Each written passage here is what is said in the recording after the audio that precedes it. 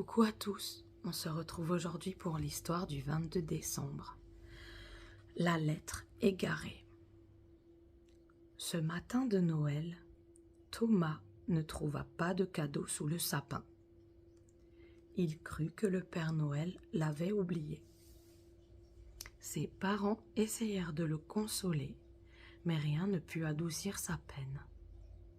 En début d'après-midi, Thomas alla tristement faire sa sieste en serrant contre lui son doudou Nono, un petit ours noir avec une tache blanche sur le ventre.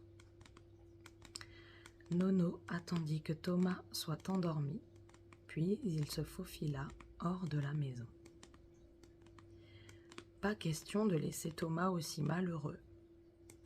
Nono trottina jusqu'à la maison du facteur et frappa à sa porte. « Qui est là ?» demande d'une voix bourrue. « Je fais ma sieste, on n'est jamais tranquille. » Et le facteur ouvrit la porte. Il regarda d'un œil noir le petit ours. « Qui es-tu, toi ? Un jouet abandonné, déjà ? Je suis Nono, le doudou de Thomas. Thomas a écrit une lettre au Père Noël, mais il n'a pas eu de cadeau pour Noël. Vous êtes le facteur qui apporte les lettres des enfants au Père Noël. Aidez-moi. » Étonné, le facteur réfléchit. Oui, il y avait bien donné un grand sac de lettres au Père Noël,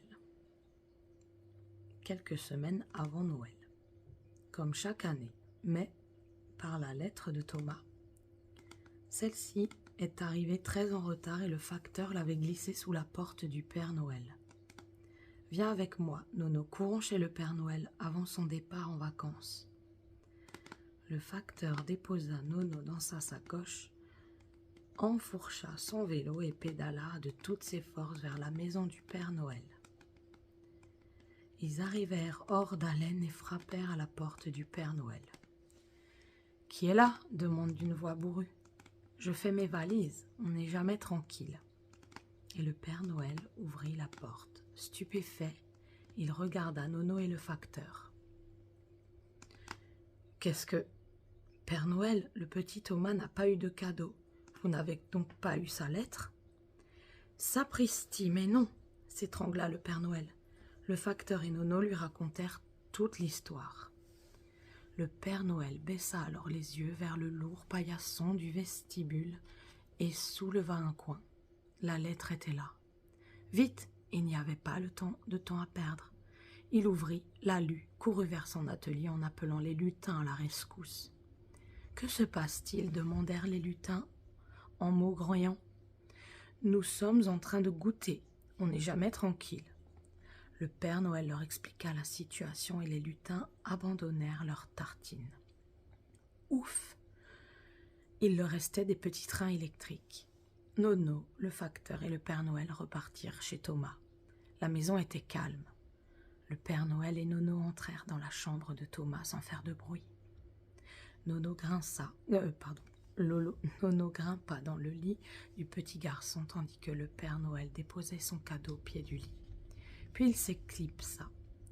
Thomas s'éveilla, vit son cadeau et fou de joie, il bondit de son lit, son Nono dans les bras.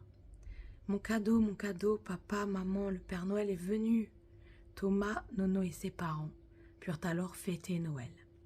Le facteur finir sa sieste, le Père Noël partir en vacances et les lutins prendre leur goûter.